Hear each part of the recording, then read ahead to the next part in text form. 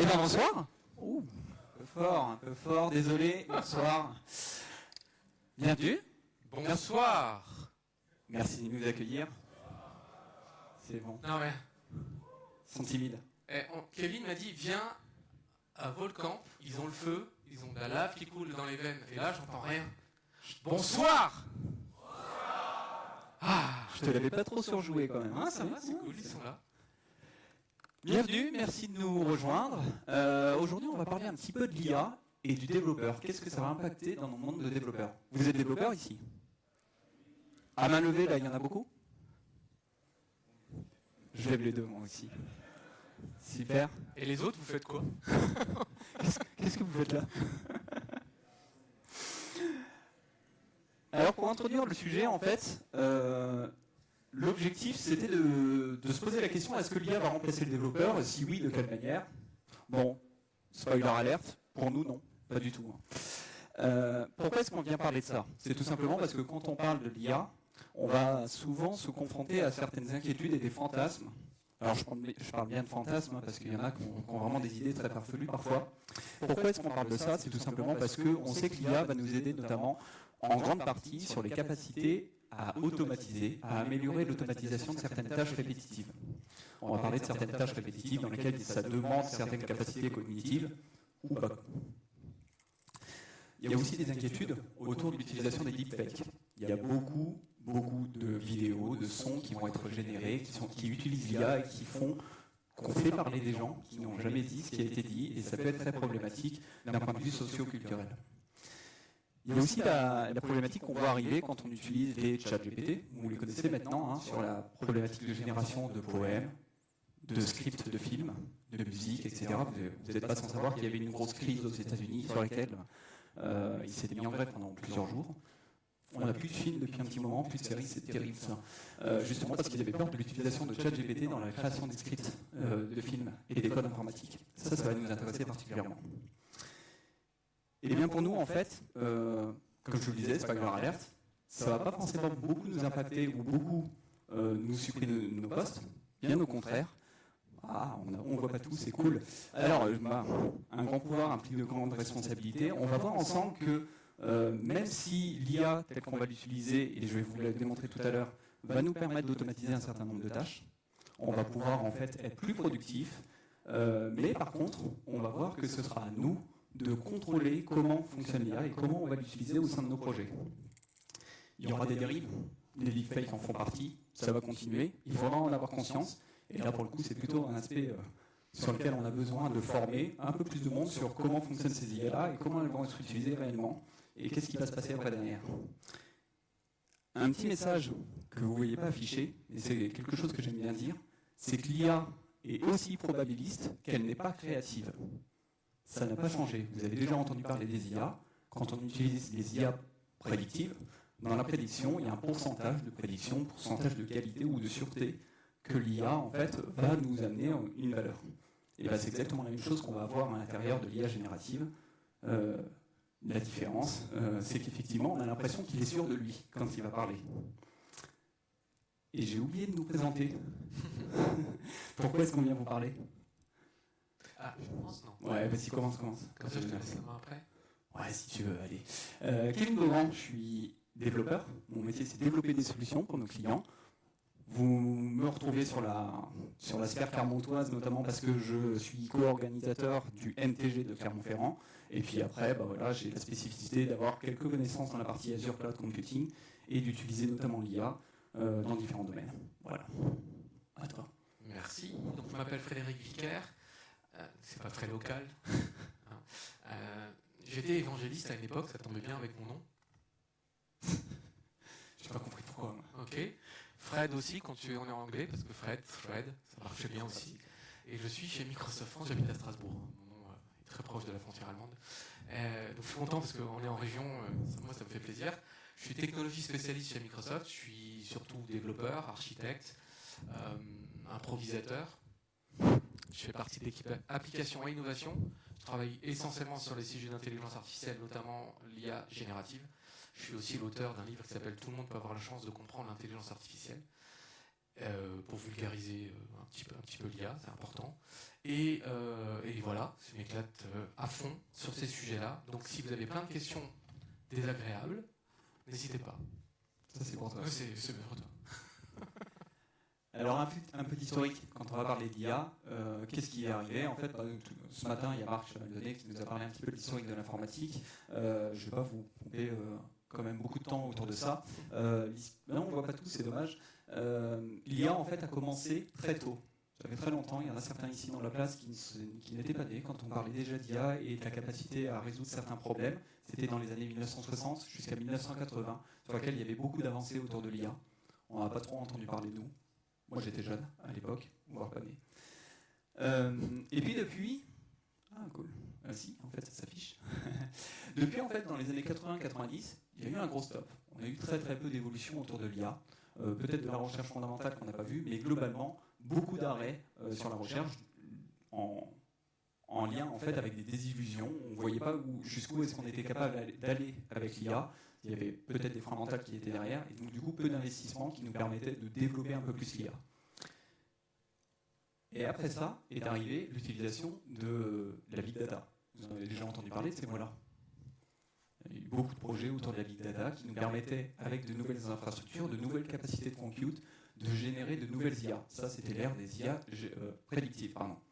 Et donc ça, c'est ce qu'on utilise majoritairement encore maintenant.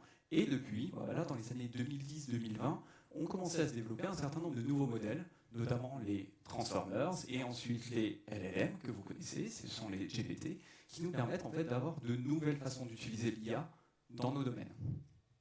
Et de manière plus large, pas uniquement dans le domaine IT. Alors, vous m'entendez encore? Ouais. Il y a plusieurs modèles qui existent. Vous en avez entendu parler d'un, notamment OpenAI, avec ChatGPT, GPT qui est derrière, et la version chat qui nous permet en fait d'interagir de manière conversationnelle. Il y en a d'autres, du LLMA par exemple, qui a été édité par Meta, et vous pouvez en retrouver d'autres avec du BERT, etc., que vous pouvez développer vous-même, un Falcon qui est arrivé récemment. Ouais, ça va continuer d'évoluer, on va en avoir un paquet qui vont apparaître, où vous pourrez retrouver sur Internet beaucoup d'arbres qui vous donnent la généalogie des différents modèles existants, et ça va continuer comme ça. Ça, c'était vraiment sur la partie langage. La capacité en fait de comprendre de manière cognitive la sémantique de l'utilisateur, le prompt, on va en parler tout à l'heure, et puis d'extraire des informations intéressantes, voire même d'interagir avec un opérateur. On utilise depuis quelques années maintenant les modèles de type Codex. Vous avez déjà entendu parler de Copilot, GitHub Copilot? Il y en a d'autres. Il y a par exemple Codium qui existe, il y a, je les ai notés, Bard ou AlphaCode ou Whispers de AWS. Tous ces modèles-là, en fait, se basent sur du code déjà existant qui a été étudié, entraîné, et sur lequel, en fait, on est capable de comprendre des patterns et, à partir d'un langage naturel, transformer ça dans un langage de programmation. Jusque-là, vous êtes d'accord? Ça va? Je vous ai assez saoulé? On part sur une petite démo? Cool. Vous préférez quoi? Copilot, Codium, ChatGPT? Ça dépend pourquoi. Eh ben, écoutez, je vais vous expliquer en fait pourquoi est-ce que je fais cette démo. Parce qu'il y a quelques mois, mon chef, je ne sais pas s'il est présent, J? Non, il n'est pas présent, je ne le vois pas, m'avait demandé s'il était possible de créer une petite application simple, je vais y arriver, qui permettait de récupérer les dernières actualités de Agence France-Presse et de transformer en fait un flux RSS en un flux Markdown. Alors moi je suis gentil, j'aime bien faire plaisir à mon chef, donc du coup j'ai essayé de le faire. Et là, pour le coup, je me suis dit, bah, tiens, je vais utiliser GitHub Copilot pour faire ça. Je vais essayer de voir comment est-ce que je peux utiliser cet outil-là pour être plus rapide, pour le créer. Ça vous va jusque-là? Je vais créer avec ça un code Python. Je ne suis pas développeur Python à l'origine, je suis plutôt développeur autour des technologies Microsoft, donc .NET. Mais pourquoi pas, on a pu utiliser Copilot pour ça. Je vais zoomer un petit peu pour vous, je pense. Vous voyez bien? Super. Alors, comme je vous le disais tout à l'heure, l'idée, en fait, c'est de lui demander, de manière complètement naturelle, de pouvoir me créer une partie de mon code. Donc, je vais commencer par lui demander de créer un petit script. Alors, si je tape bien dans la bonne fenêtre, normalement, c'est bon. Oui, c'est ça. Putain, la blague. Eh oui, je remets le terminal, alors. Trop petit. Enfin... C'est moi que tu parles? Non, pardon. C'est bon, vous voyez bien là ce coup-ci? Alors, je vais lui demander tout simplement de me créer un script Python qui récupère les derniers titres de AFP. Pardon? Je fais des fautes d'orthographe aussi? Ça, c'est pas grave. Ça. Ouais, c'est pas grave. On va voir qu'en fait, il est très intelligent, bien plus que moi, donc du coup, il est capable de se passer de ça. Depuis le flux RSS et de les enregistrer dans un headlines.md. Question simple. Est-ce que la réponse va être rapide? Super. Donc, il me répond un petit peu. Ah, cool. Donc, il me donne des explications en anglais. C'est cool. Et ça, il ne l'a jamais fait.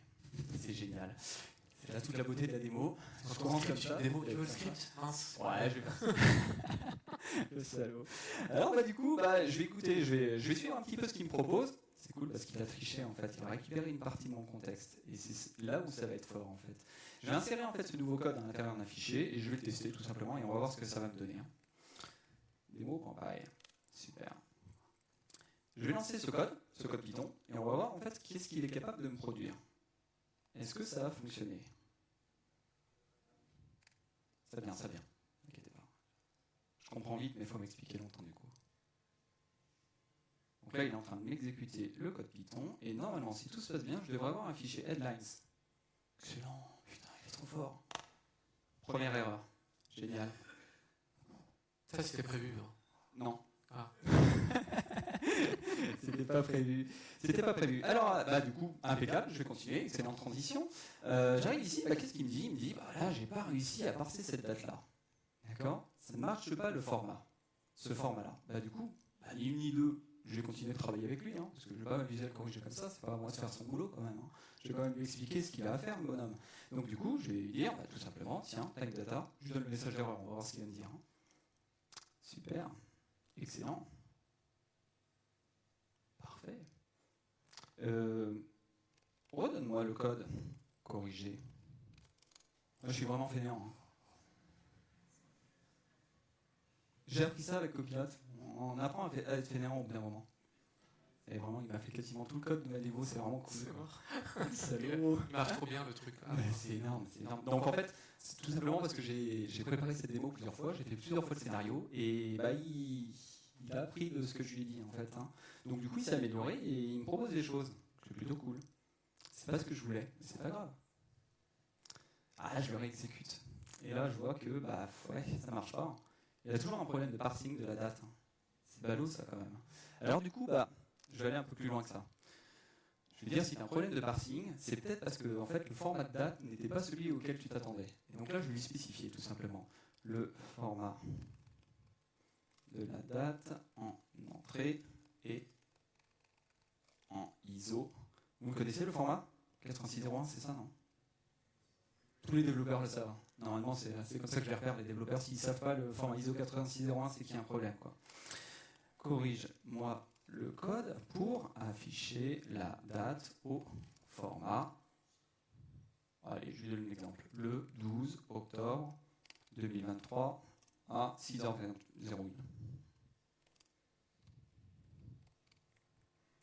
C'est un peu fastidieux de taper quand même. Hein. Ce serait mieux si tu arrivais à le prendre par la voix quand même. Eh ben, c'est une prochaine émission. C'est bien dur, c'est dans le prochain et à la voix. C'est ça. Hein. Ouais. Alors c'est bien quand on fait des démos, parce que tu as remarqué qu'on répète ce qu'on écrit, mais quand tu es dans ton bureau tout seul, on peut lui parler. C'est rare qu'on parle hein, quand même. Qui se parle à lui-même? Excellent. Ah, le canard, effectivement. Ouais, je l'avais oublié. J'appelle les collègues moi, pour le canard. C'est pratique aussi. Parfait. J'ai mon premier exemple en fait, de code avec mon document Markdown, dans lequel effectivement j'ai récupéré les derniers titres de l'AFP, qui je le rappelle sont très intéressants pour mon chef, hein, tout simplement parce qu'il s'intéresse vraiment à l'actualité qui se passe, notamment avec ce qui se passe en ce moment, et il voudrait avoir des informations pertinentes. Ce fichier Markdown, je suis capable de le visualiser, c'est cool, il m'a déjà fait un tableau, quel coquin quoi. Il a fait vraiment tout le scénario que j'imaginais pour lui. Donc, du coup, je vais peut-être pas aller plus loin, mais en fait, je vais peut-être pas aller plus loin en fait, hein. C'est plutôt pas mal. Vous voyez ici, j'ai un code Python complet qui est présent, donc si on parle un petit peu de ce qu'il a réussi à faire, ce qui était intéressant ici, c'est que si vous ne l'avez pas vu, il a compris par exemple que dans mon repository, dans le répertoire dans lequel j'étais, il y avait un fichier common.ini dans lequel j'avais stocké l'URL du flux RSS à utiliser. Il avait compris que du coup je demandais un code Python, et dans ce code Python je vais pouvoir utiliser ce fichier de config pour aller chercher l'URL et se baser dessus en fait pour aller lire le flux. Bon, ce qu'il m'a rajouté derrière, c'est tout le comportement que je voulais vous montrer au travers du scénario avec le chat Copilot. Mais il a réussi à me faire quelques petites erreurs qui m'avaient bien embêté, et c'était bien mon propos en fait. Donc ça c'est plutôt cool. Oui. Ah, merci. C'est gentil. La pression, là. Ça va, j'ai pas dépassé le temps, non? Non, pas du tout, ça fait 2 heures. Impeccable, merci. Néanmoins, je vais passer un petit peu sur la conclusion de cette démo.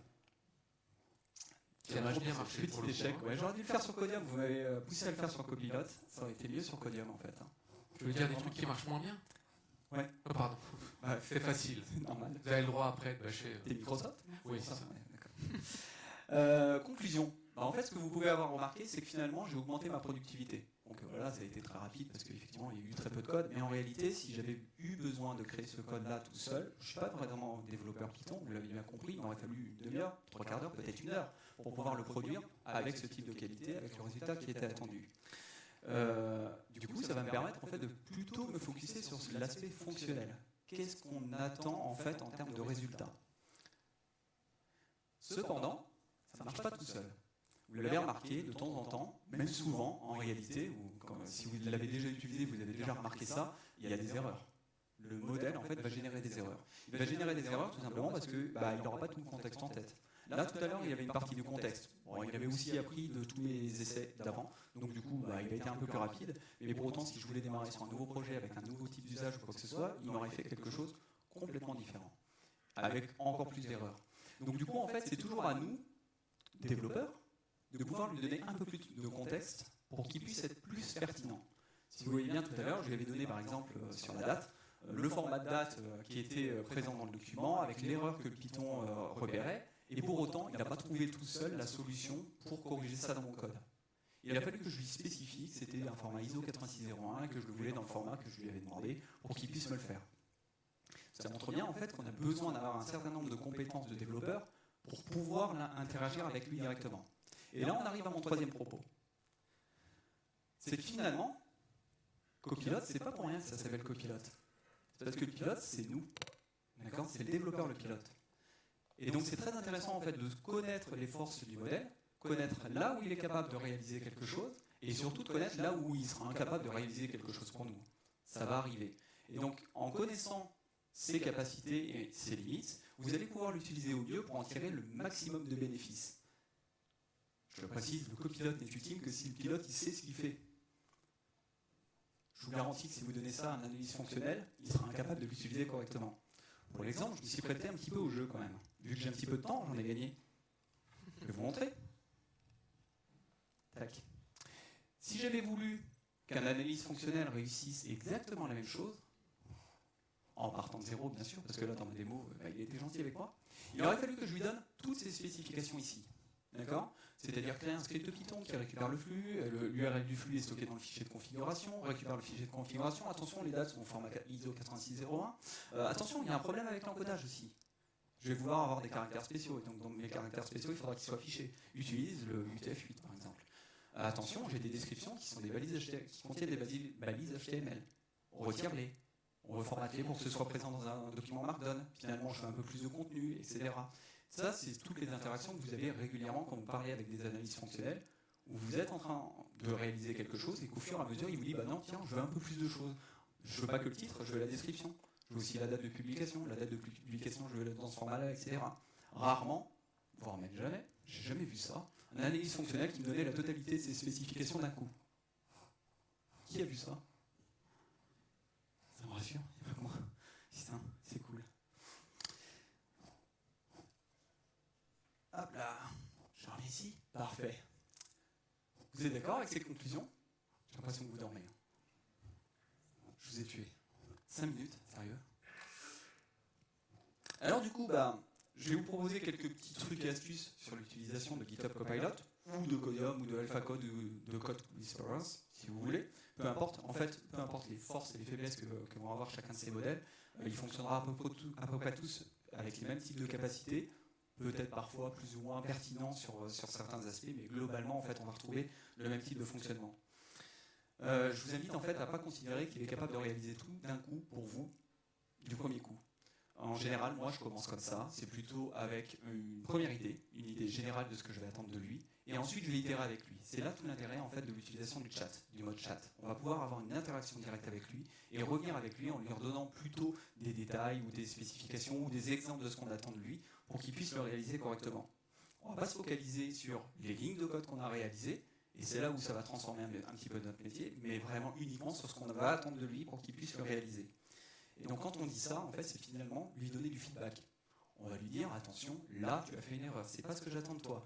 Attention, au lieu de retirer les balises HTML avec un string replace, c'est pas ce que je veux plutôt que tu utilises par exemple la bibliothèque Beautiful Soup de Python pour aller en fait sortir les balises HTML et les afficher correctement en Markdown, etc., etc. Ça, c'était tout le scénario que je voulais vous montrer. Bon, ça n'a pas fonctionné, mais voilà. C'était bien ça l'idée. Et enfin, dernièrement, c'est vous qui avez le pouvoir en fait. Je vous rappelle que vous êtes le pilote, vous n'êtes pas le copilote. Vous n'êtes pas là juste par hasard. La confiance n'empêche pas le contrôle. Les modèles que vous allez utiliser vont posséder un certain nombre de biais. Ils vont être entraînés avec une partie des données. Les données, en fait, ce sont des codes qui sont présents dans les repositories publics que vous pouvez retrouver sur GitHub. Ça veut dire qu'en fait, ils vont utiliser des pratiques qui sont présentes en majorité sur ces repositories. C'est-à-dire que si vous voulez avoir des choses un petit peu innovantes, des choses qui sont un petit peu en décalage, c'est pas Copilot qui va le faire pour vous, c'est vous. D'accord ? La petite phrase que vous ne voyez pas afficher, c'est que c'est le rôle du développeur également de s'assurer que le code qui a été produit respecte toutes les pratiques que vous devez respecter quand vous développez un produit vous-même. Vous êtes dans une entreprise où vous devez garantir, par exemple, que vous n'utilisez pas des librairies avec des licences particulières ou des failles de sécurité particulières, etc. etc. Et bien c'est la même chose qu'on va attendre de vous quand vous allez utiliser Copilot. Encore une fois, c'est vous le pilote. Et finalement, on va se poser une autre question maintenant. Alors c'est cool, on peut utiliser GitHub Copilot, on peut utiliser d'autres outils comme ça, on voit que ChatGPT arrive. ChatGPT a une expérience un petit peu différente, il est dans un outil complètement déconnecté de mon environnement de développement, donc ça m'embêtait, c'est pour ça que je ne voulais pas le montrer avec vous. Je m'oblige à faire de la copier-coller et tout, voilà, c'est pas pratique. Pour autant, on était capable de faire la même chose. En revanche, pourquoi est-ce qu'il y a un engouement autour de ChatGPT ou des modèles OpenAI que vous connaissez à l'heure actuelle ? C'est tout simplement parce qu'on est en capacité également de pouvoir les intégrer directement au sein de votre application, en bénéficier directement. Et c'est ce qu'on va voir au travers des démos de Frédéric, si ça marche pour toi. Oui, si ça marche. Ouais. Si ça marche, croiser les doigts du coup. Oui, l'effet démo. Alors, je vais vous introduire un certain nombre de concepts pour ceux qui ne connaissent pas, parce que c'est possible. Moi, je ne les connaissais pas il y a encore pas très longtemps. Je vais introduire en fait des concepts autour du prompt engineering, du fine-tuning. Qu'est-ce que c'est que tout ça ? Les embeddings, c'est imbrication. C'est un peu bizarre ça. Qu'est-ce que c'est que tout ça ? En fait, on va avoir différentes manières de pouvoir intégrer nos modèles LLM. Pardon. L'une des premières manières que vous avez peut-être déjà entendu parler, c'est le prompt engineering. Il y a des formations de prompt engineering qui existent dans le monde. Spoiler alerte, ça ne sert à rien de courir dessus. Franchement, si vous savez parler à votre interlocuteur en face, vous faites exactement la même chose. On verra ça un petit peu plus tard peut-être. Qu'est-ce que c'est qu'en fait le prompt engineering ? C'est la capacité de jouer sur ce qu'on va demander au modèle pour qu'il nous donne une réponse plus ou moins pertinente. Ou avec un style pertinent. Ou avec des informations plus ou moins pertinentes en fonction du use case dans lequel vous êtes. Finalement, c'est le contexte que vous allez pouvoir lui donner. Et vous avez l'autre méthode qui s'appelle le fine-tuning. Vous avez déjà entendu parler du fine-tuning ? Non. Ça non plus, hein ? Non plus. Bon, c'est cool. Le fine-tuning, c'est quoi en fait ? C'est la capacité d'entraîner votre modèle à parler comme vous. Je m'explique. Les modèles LLM, ils ont été entraînés sur des langages. C'est-à-dire qu'ils ont eu un corpus documentaire dans lequel ils ont appris à parler le français, ils ont appris à parler l'anglais, ils ont appris à parler l'espagnol, etc., etc.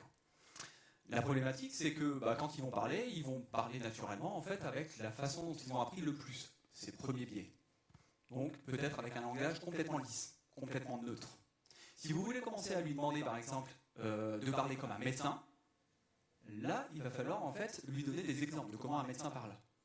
D'accord ? On ne va pas lui demander de parler dans une autre langue que celle qu'il connaît. On va s'appuyer sur les compétences qu'il a déjà pour lui spécifier de quelle manière on veut que lui utilise ses compétences pour parler différemment. L'idée, c'est ça.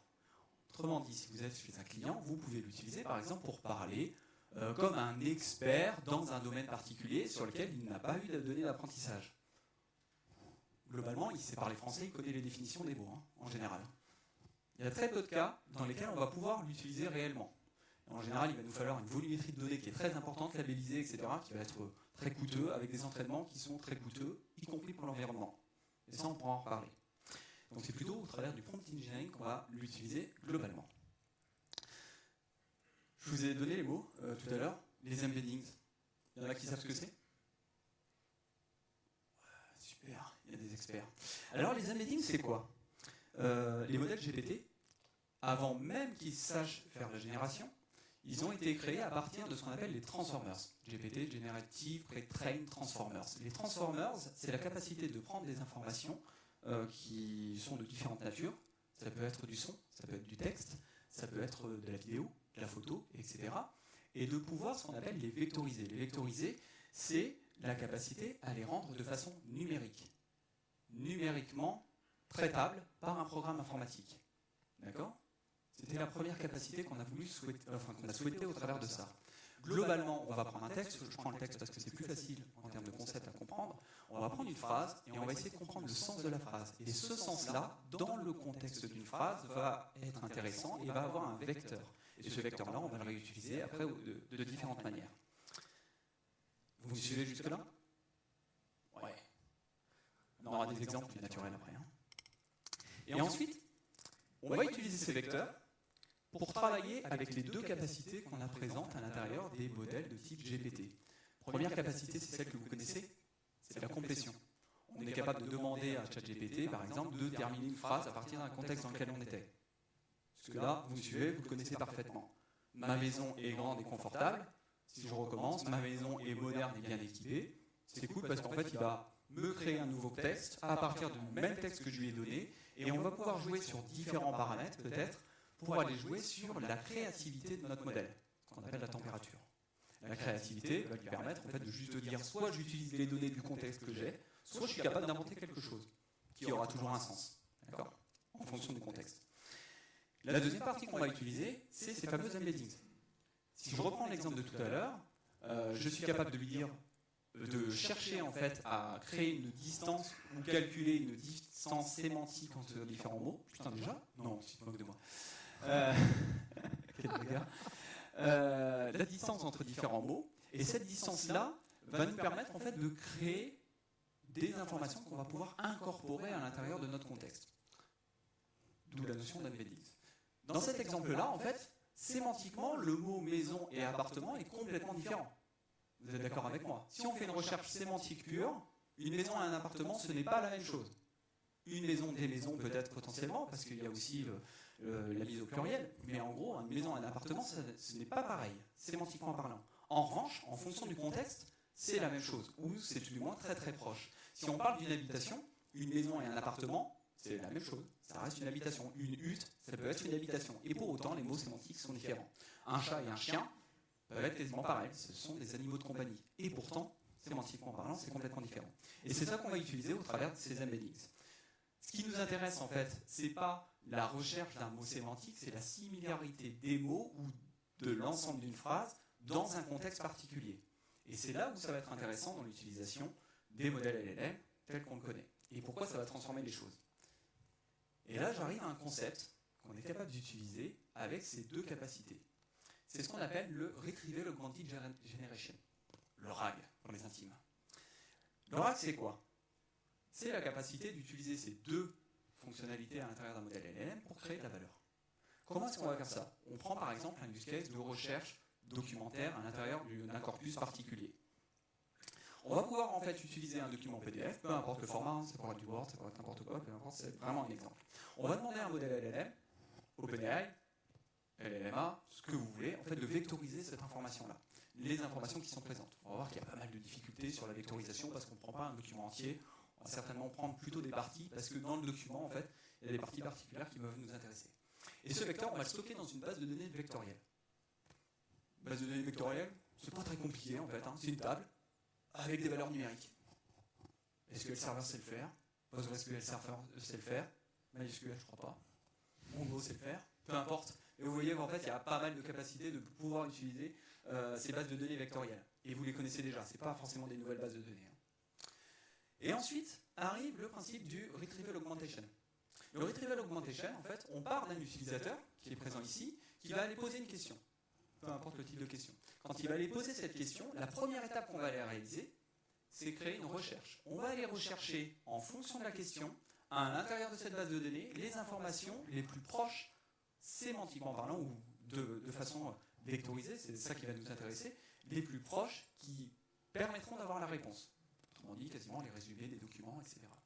Ces informations-là, et c'est dommage, on ne voit pas tout, vont être rajoutées sous la forme d'un contexte, et ce contexte-là va être envoyé, donc là ici, tout en bas, on voit aussi OpenAI, donc le modèle GPT, vont être envoyés avec la question de l'utilisateur, pour que le modèle LLM puisse vous dire, d'après les informations que j'ai, c'est cette réponse-là que l'utilisateur attend. Et on donne la réponse à l'utilisateur. Ok jusque-là? C'est aussi simple que ça. Finalement, ah cool, les slides fonctionnent mal, mais c'est pas grave. On va utiliser, donc comme je vous le disais, les deux pouvoirs du modèle conjointement.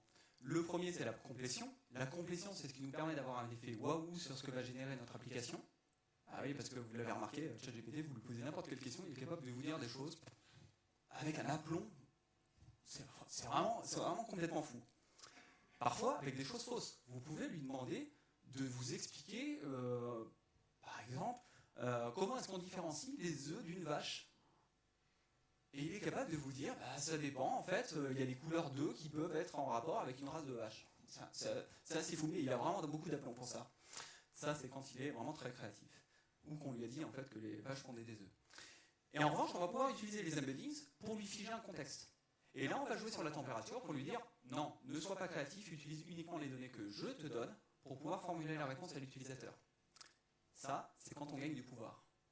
En revanche, si vous ne lui donnez pas les bonnes informations, ou si vous ne lui donnez pas d'informations, ou si vous lui dites d'être créatif, c'est là où arrive la notion de ce qu'on appelle les hallucinations. Vous avez déjà entendu parler. Avant ça, merci, un petit schéma. Quand est-ce qu'on utilise la notion de fine-tuning? C'est cool, on ne la voit pas parce qu'en général, moi je ne l'ai jamais vue. Donc ça m'arrange en même temps. Globalement, donc là vous avez une sorte d'arbre de décision de comment est-ce que nous on l'imagine sur l'utilisation des modèles LLM. Si vous avez quelque chose qui est simple à réaliser avec les modèles LLM, vous pouvez utiliser la notion de few shot prompting. C'est-à-dire vous donnez un prompt global avec un ou deux exemples de ce que vous attendez de lui, avec une information de contexte, et il est capable de vous répondre sur des données générales. D'accord? Là, on va parler de données générales. Si par contre on a besoin de lui expliquer, par exemple, dans quel sens on va avoir une réponse, ou avec quelques exemples de façon de nous répondre, on est capable en fait d'utiliser le... pardon, tout à l'heure j'étais sur zero shot prompting, le few shot prompting. Quelques exemples. Si vous avez besoin de données particulières, des données privées, des données qui risquent de changer régulièrement, des choses comme ça, en général, on peut utiliser le RAG. En général, je ne vais jamais réentraîner un modèle sur mes données privées. Et conjointement, rien ne nous empêche d'utiliser le RAG plus le few shot prompting. Et si vous avez besoin d'informations très particulières, de façon de répondre très particulière, un langage particulier, des choses comme ça, rien ne vous empêche de faire du fine-tuning. Ça, c'est pas un problème. Et d'utiliser le RAG aussi par-dessus un fine-tuning. Rien ne vous empêche de le faire. Voilà pour cet arbre de décision. Et là, ça va être à toi, Frédéric. Oh, ok. Tu laissé parler? D'accord. Ouais, bien, merci. Je résume, du coup. Ouais. GitHub Copilot a trop bien marché pour ta démo. Trop. Ça, c'est plutôt cool. Non, parce qu'il me l'a fait, la démo. Hein. Et effectivement, il y avait vraiment un script et tout. C'était vraiment bien. Mais là, ça a trop bien marché. Bon, c'est top. Je vais refaire avec Codium, c'est pas grave. Et tout est une affaire de prompt. En fait, quand vous utilisez n'importe quel LLM, c'est vous qui donnez le contexte. J'adore l'arrogance de l'humain qui dit il n'a pas compris GPT, il répond à côté, ou il hallucine. Mais s'il hallucine, c'est parce que vous lui avez mal donné le contexte. Quand je dis on, je m'inclus. Hein. Okay. Donc, quand même. Il ne répond que ce qu'il comprend. Donc, il comprend quelque chose et il apporte une réponse dans le contexte où on lui l'a donné. Donc si vous lui donnez mal le contexte, il hallucine, comme on dit. Donc je trouve que c'est très anthropocentrique. Mais l'hallucination peut arriver quand vous êtes dans un chat, à un moment donné, vous commencez une conversation, vous continuez, puis hop, il sort un petit peu du contexte de la conversation. C'est parce qu'il a perdu le début de la conversation. D'ailleurs, si vous utilisez ChatGPT, ce qu'ils font, pour des raisons techniques, notamment du nombre de tokens, de vecteurs, ils résument la conversation et puis ils gardent à peu près le dernier échange. Sauf que le résumé, il n'est pas toujours pertinent, du coup on perd le contexte quand on discute trop longtemps. Nous, dans Bing Chat, par exemple, on a limité le nombre, les allers-retours à 30, comme ça on évite les hallucinations, et on garde toujours tout le contexte. Et ça, ce choix de garder tout le contexte, ou ce choix de faire un résumé et garder que la dernière conversation, c'est vous qui êtes responsable, quand je dis vous, en tant que développeur, qui êtes responsable de ce choix. C'est vous qui allez créer un orchestrateur qui va faire ce choix-là. Et c'est comme ça qu'on va industrialiser nos applications. C'est-à-dire qu'on va juste créer un orchestrateur. Jamais.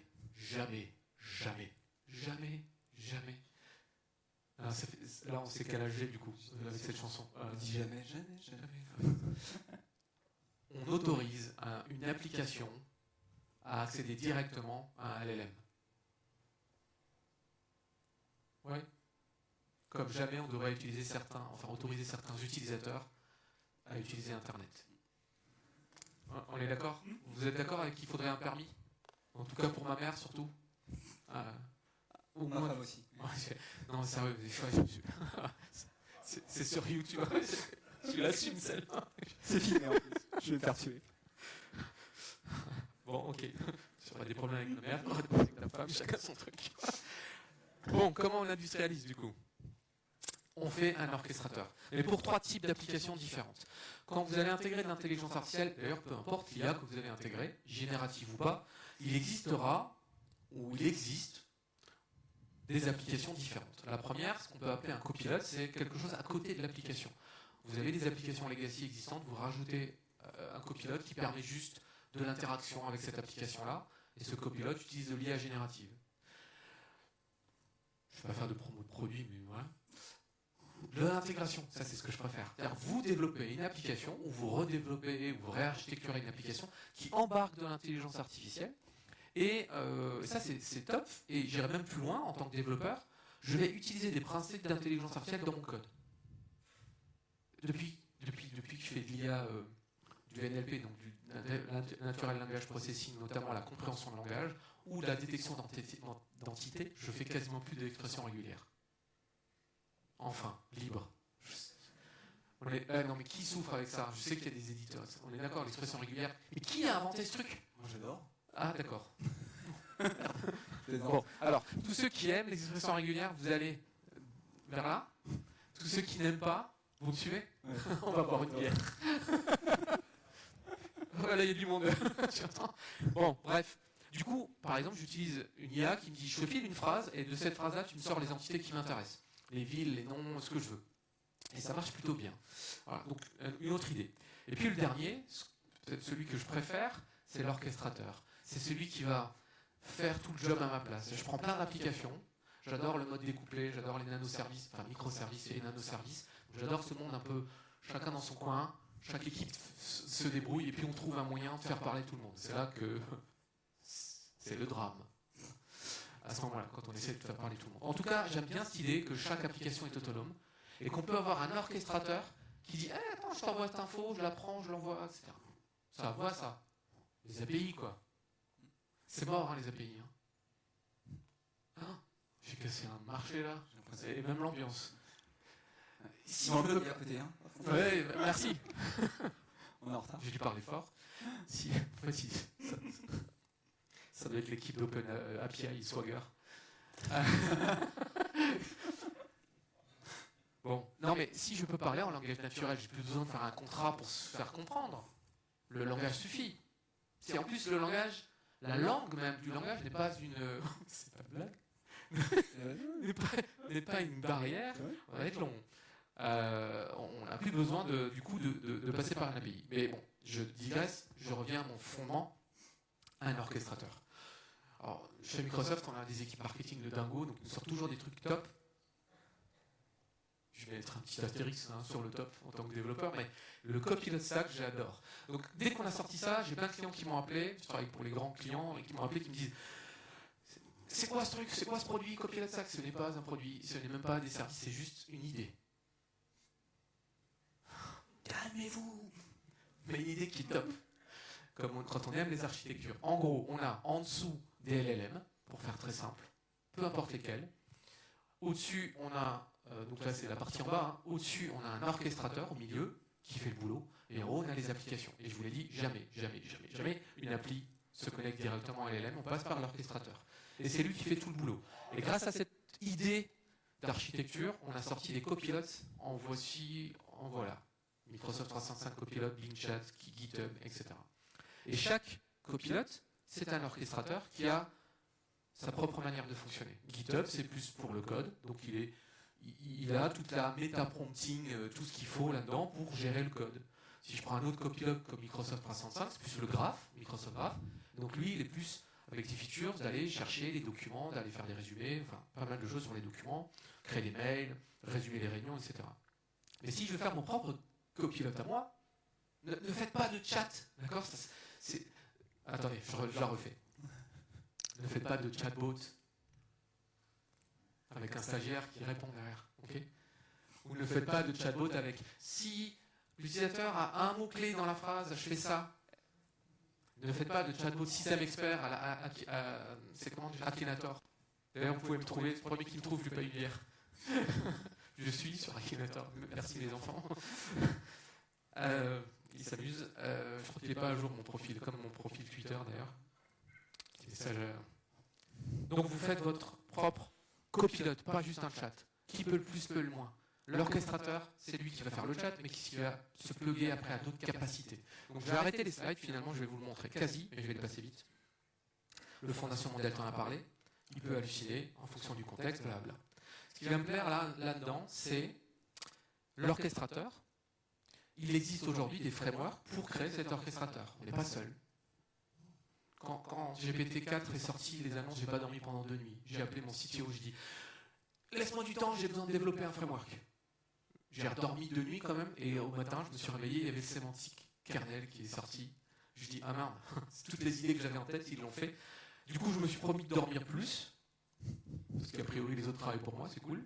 Mais il n'y a pas que le sémantique kernel dont je vais parler, il y a LangChain et d'autres qui sont des orchestrateurs. Et ils orchestrent vraiment l'interaction entre vos applications et le LLM qui est à côté. Et cette orchestration, c'est tout ce qu'on a déjà dit, c'est le prompt. Donc l'utilisateur, il dit fais-moi une recette de crêpes. Je ne sais pas ce que j'ai en ce moment avec les recettes de crêpes. Et bien l'orchestrateur, ah oui c'était les pancakes, ils ont de super pancakes dans leur stand avec des sirop d'érable. Recette de crêpes, donc le prompt, mon orchestrateur il dit ok je prends le prompt, première chose je vérifie si c'est professionnel ta demande. Parce que je paye Azure OpenAI, donc c'est pas professionnel. Ben non, je te réponds pas. Ou alors, je suis dans une boîte sympa qui dit t'as le droit de manger des crêpes.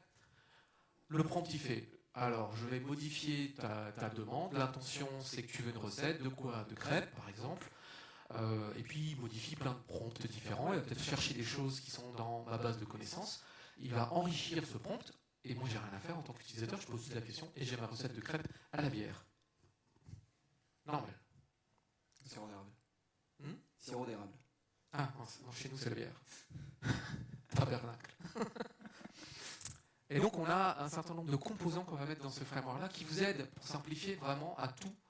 Et ils ont vraiment pensé à tout dans ces frameworks. Donc le prompt, la mémoire qui est en fait le RAG dont tu parlais, et ajouter des capacités qui n'étaient pas prévues dès le départ. Alors je vais juste, voilà, les slides, je les ai un peu accélérés, j'avoue. Et on va dépasser, je vous le dis. Parce que là, on va avoir du code, donc vous allez forcément rester. Ok? Hier soir, j'ai un collègue qui m'appelle et qui me dit j'ai besoin d'une démo. Lundi. Mais moi, lundi, je suis à Disney. Et j'adore faire des démos, mais bon, je lui ai dit oui. J'étais pressé d'aller boire une bière, du coup. J'ai dit oui. Et du coup, j'ai dû faire une démo pour lui, mais je vais vous montrer à quoi correspond la démo. La démo, il me dit j'ai besoin, c'est parce qu'il faut avoir des ressources du DRH. J'ai besoin d'une démo, plusieurs démos, notamment travailler sur les CV, et puis une démo qui crée des fiches de poste. Le truc un peu. Ok, mais si c'est génération texte, go. Donc j'ai développé dans le train en venant. Remarquez, depuis Strasbourg, j'ai le temps. Hein. Donc je vais vous la montrer, mais avant, j'étais parti de cette démo-là.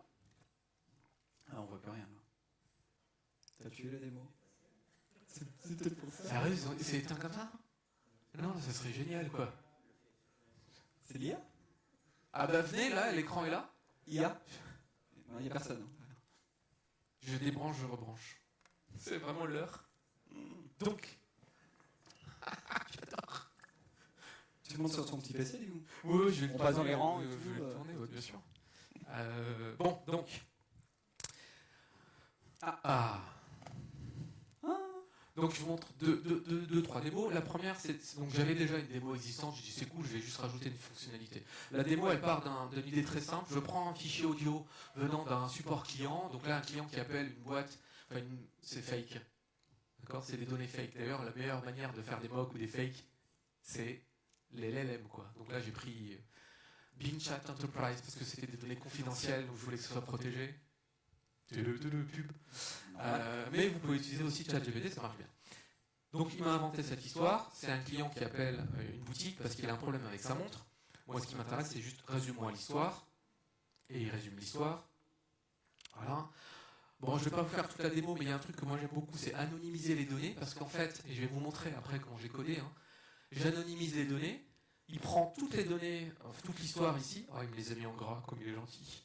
Et il m'a mis des templates en disant j'enlève les noms, j'enlève les prénoms. Je ne sais pas pourquoi la marque de la montre est une donnée personnelle. Mais bon, c'est pas grave. On peut le retrouver, hein. Ouais. Effectivement, signaux faibles. Et puis j'ai fait aussi quelles sont les prochaines actions que le commercial peut faire vis-à-vis de cette problématique. Alors j'ai mis en anglais, hein, je suis désolé, voilà. Vous pourrez faire tout ça. Alors, qu'est-ce qui me parle du Covid? Pourquoi pas? Je vais pas lire. Et puis à la fin, je peux aussi lui dire, souvent dans mes next actions, c'est comme les démos qui marchent. Hein. Le premier, c'est envoyer un mail au client. Donc ça tombe bien après, j'ai le truc mail. Et donc là, je peux lui dire, compose-moi le mail. Il me compose un mail que je pourrais envoyer. Bon, ça, c'est pour m'amuser. Et il me dit, j'aimerais un peu la même démo que tu as fait, mais pour les RH. Bon, bah, je vais rajouter un truc, donc j'ai fait ça. Donc grosso modo, j'ai ici un prompt d'utilisateur qui ne connaît rien à l'informatique, qui met... Le job, c'est je cherche un développeur. Le A, c'est un éperluette normalement. Je dois être le seul monde à dire éperluette. Oui. Et commercial, pardon. L'industrie, artificial intelligence, c'est nanana. J'ai fait en sorte que c'était dans la boîte où je travaille, donc chez Microsoft, c'est basé à Paris. Les responsabilités, c'est les meilleures. D'accord, c'est la meilleure des responsabilités. Et let's go. Et ça me crée une fiche de poste. Alors pourquoi il dit le rôle à Microsoft? Parce que je l'ai précisé ça en dur dans le code. Donc mon orchestrateur a modifié le prompt. Je vais vous montrer le prompt pour prendre des données qui viennent du monde C# et de prendre des données qui viennent de l'utilisateur, des paramètres qui viennent de l'utilisateur. Donc j'ai mélangé du C# et du langage naturel. Et mon nouveau langage de programmation, c'est l'anglais. Non, pardon, je refais parce que ça développe tous en anglais. C'est mon langage naturel. Ah, ouais. C'est des phrases en anglais, je les fais en anglais, mais c'est peut-être des fois plus judicieux de le faire en français, enfin dans la langue que vous maîtrisez le mieux, parce que rédiger, créer, inventer, c'est pas la même chose. Et donc il faut un peu de On va se faire jeter. Ouais, c'est ça, de subtilité dans la langue. Donc en tout cas, il m'a créé la job desk. Et l'utilisateur pourrait rajouter, s'il veut, des trucs du genre skills égale C#, Cosmos et Dot. Rajoute un peu de Java là pour les javaïstes parce Ok, que Java. on est en minorité nous ici. Dot, hein, Domain of Time, d'accord. Enfin, je suis plutôt un magicien DD, mais. Et normalement, un Dot, je sais pas s'il va comprendre en revanche. Okay. Il m'a rajouté, donc il a modifié, puis il m'a bien rajouté effectivement les éléments ici techniques qu'on va rechercher. Je vais laisser finir. Voilà. Je vous montre le prompt qui est fait, parce qu'il y a du code, bien sûr, et il y a du prompt. Alors le prompt, c'est d'abord un fichier de config. Donc en fait, c'est ce qu'on appelle des capacités. Attendez, le mot officiel, c'est plugin. Ça y est, vous pouvez raccrocher les wagons, hein, du coup. Skills, capacité ou plugin, c'est la même chose. Donc je développe un plugin qui fait un groupe de fonctionnalités, et le plugin ici, c'est tuer une fonctionnalité qui peut créer une job description. tu prends en entrée deux paramètres, l'input qui est juste le contexte dans lequel tu dois créer la job description, et la marque, donc la boîte finalement dans laquelle tu fais la job description. Du coup, c'est très générique. Et je lui dis aussi, par contre, ton retour, c'est pas plus de 1500 tokens, c'est pas mal déjà, hein, ça suffit. Et je veux qu'il soit hyper créatif. Plus il est chaud, plus il est créatif. Chaud. Ça vous allez le retenir, quoi, c'est clair. Okay, plus il est chaud, plus il est créatif. Donc chaud, c'est 1, et froid, c'est 0. Hein. C'est pas de mettre 100, ça sert à rien. Donc la température, ça modifie son côté créatif. Mais attention, je l'ai mis à 0,9 là pour que. Je sais pas pourquoi, pas 1 d'ailleurs. Il aurait pu mettre 1, ouais. Si vous êtes dans une conversation, vous ne mettez pas 0,9 ou 1. Parce que du coup, il est créatif tout le temps. C'est chiant. Donc le contexte, il va dans un. Hein, voilà. Donc vous mettez à 0 pour qu'il reste dans le contexte. Sinon, il est hyper créatif. C'est un artiste. C'est pour ça qu'un des modèles s'appelle Dali. Et le prompt, le voici. Je vous zoome un peu. D'abord, je lui dis, et chacun écrit son prompt comme il veut. Tu es qui? Tu es un directeur des ressources humaines qui a plein d'expérience. Très subjectif. C'est comme senior et junior, c'est quand même très subjectif. Tu l'as dit pour toi? Oui, c'est dit pour moi. Je suis pas senior. Rules, les règles qu'il doit utiliser, la tâche qu'il doit faire, le format dans lequel je veux le truc, la section que je veux voir dans le job description, et un exemple, vraiment très rudimentaire, et à la fin, je passe les paramètres qui est l'input. Et vous voyez des fois des accolades, dollars, ça c'est les paramètres que je passe avec C#, et de temps en temps, vous voyez des crochets, machin chouette, ça c'est ma convention de paramètres. Ok. Et c'est tout. Voilà mon langage, et après, j'ai juste à prendre ce texte-là, à l'envoyer au LLM, à récupérer le résultat, bien sûr, à modifier les paramètres avant, hein, à récupérer le résultat et à l'afficher à l'utilisateur ici en streaming. Et j'utilise Signalaire pour la partie broadcast. Je vous montre un autre. Vous savez, l'anonymisation, je l'adore celui-là. Mon prompt, c'est ça. Tu remplaces toutes les données personnelles telles que le nom, l'adresse et machin. Tu remplaces pas les données personnelles des employés. Et mon sample. Donc je vous donne un exemple. Si tu vois mon nom est Steve, tu remplaces par mon nom et ma convention à moi, crochet, étoile, name. Et vous avez bien vu qu'il avait mis watch model, first name, last name. Il a induit le pattern qu'il pouvait créer derrière. C'est génial. Non? Je suis peut-être trop optimiste sur ce genre de truc. Moi, il y a des trucs. Des fois, je lui demande des trucs, je me dis, mais comment il a compris ça? Moi, quand je lui demande une recette de crêpes, il y a de la bière. Donc ça, c'est si vous intégrez de l'IA dans une app, il faut le faire avec un framework de ce genre-là. Je vais vous montrer encore un petit exemple de code, parce qu'on ne fait pas toujours du langage naturel. Des fois, on fait du code. Hein, en Java, en C#. Moi, je suis un développeur C#. Hein. Ça se voit, j'ai les cheveux gris et tout. Voilà. Pour le back, en tout cas, et pour le front, je me force à utiliser autre chose. Alors, je vais chercher du code, là. Donc, ici, j'ai une autre fonction. Une fonction classique, elle était affichée, qui est une fonction qui va faire une requête SQL dans une base de données NoSQL. Okay, donc Cosmos DB, NoSQL API, ou SQL API, et donc c'est juste une requête classique. Je donne une requête SQL et bingo, ça fait une requête. Sauf que vous avez ici des attributs, vous voyez, qui préciseraient au semantic kernel, donc à mon orchestrateur, qui peut voir cette fonction comme n'importe quelle fonction natural language.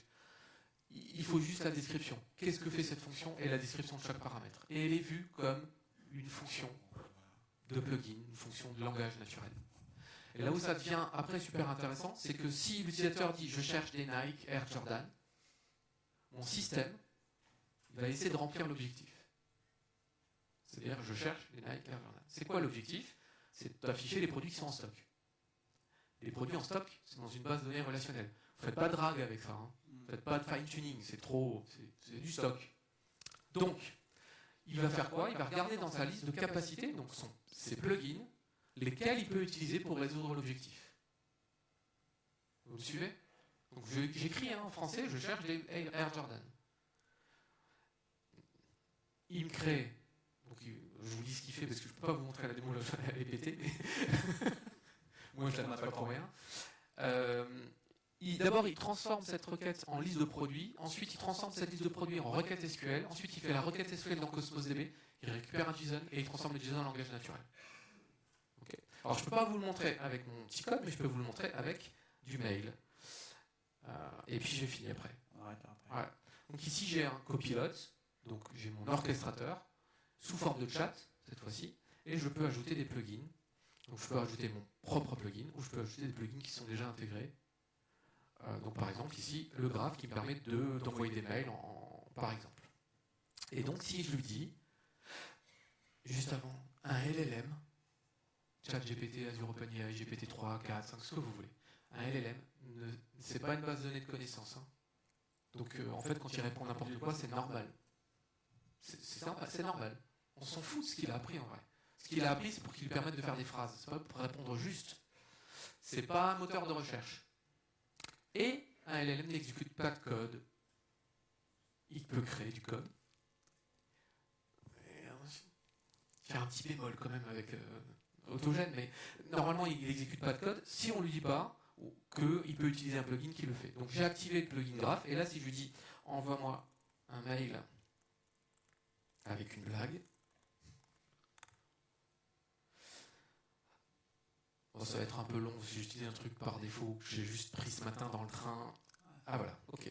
Et donc il me crée un plan d'exécution, qui n'est pas forcément celui que j'attends, mais il me crée un plan d'exécution, il me dit voilà, je vais te récupérer ton adresse mail et je vais t'envoyer un mail. Donc soit je suis d'accord avec ce plan d'exécution et je le lance, donc je peux enlever une étape même, et je peux lui dire ben, l'adresse, là le récipient il a écrit n'importe quoi, donc je vais mettre mon adresse mail. Vous pouvez fermer les yeux? Je la changerai demain. Oh merde, non, c'est pas une key d'API. La blague du mois, et puis il m'envoie une blague. Je vais dire oui. Ah. Oups. C'est pas oups, un truc de fou quoi. Ok, c'est cool parce qu'ils l'ont, comme je dis, je l'ai repris ce matin. Donc ils ont corrigé le bug. Donc il manque le paramètre content, donc il peut pas me l'envoyer. Mais c'est pas grave, il a essayé moi. C'est juste ça que je voulais vous montrer. C'est con, dans le train il me l'a envoyé. Mais chacun son tour, Kevin. Ouais, c'est ça. Chacun son tour. J'ai fait des mots, c'est comme ça. Sinon vous venez avec moi demain dans le train et je vous montre. Et donc ce plan d'exécution, c'est vraiment, en fait, comment il est fait. Je prends le ask là, envoie-moi un mail avec une recette. Je prends ça. Je prends la description de tous les plugins qui sont en mémoire.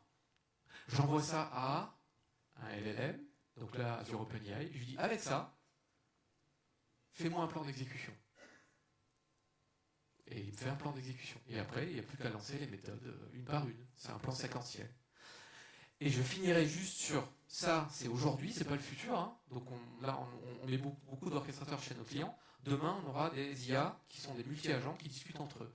Ce qu'on a fait, tout ce qu'on a fait là, par exemple, ton scénario, il était top parce que là, on peut avoir un agent qui code, un agent qui corrige et un agent qui donne un résultat. Les trois communiquent ensemble. C'est comme si vous voulez mettre Siri et Alexa et vous les laissez discuter, vous voyez? Mais ça marche. Ouais. Voilà. Et il y en a un qui peut écrire du code, un qui peut le corriger. Putain, c'est cool. Et ça, c'est maintenant. Ouais. C'est fou. Voilà. Donc vous avez les outils en main. Le Semantic Kernel, c'est un framework qui est open source. Vous le trouvez sur GitHub. Il est open source. Il est sur Python, C#, Java, bientôt TypeScript. Voilà. Et il est en bêta en C# depuis avant-hier. Ouais. Et donc on release en décembre 15 décembre, ouais, mi-décembre. Moi, c'est un framework que je suis tombé amoureux par l'élégance du framework, j'adore, et je m'éclate à fond. J'ai jamais développé d'application aussi rapidement qu'aujourd'hui. Comme je suis avant-vente, pas toujours, donc l'effet wow, j'adore. Donc du coup, je passe pour un magicien level 90 en interne. J'en profite. Et il y a des collègues. Alors que tu n'as rien fait quoi. Ouais. Alors que je fais rien du tout. Je fais rien. Bon, je code un peu, mais je fais rien. Tu veux finir sur les slides quand même? Non, on avait prévu plein de choses pour vous, mais c'est dommage, on n'a pas le temps, à moins que vous soyez vraiment intéressés pour continuer, mais on va se faire virer vraiment par la sécurité. Il y a des hommes en rouge qui vont arriver, donc on va se sauver. Non, on avait prévu de parler de la responsabilité, de l'éthique, enfin vraiment des sujets très passionnants et très psychologiques. Mais néanmoins, voilà, on vous remercie de votre attention. Désolé pour ceux qui avaient des questions.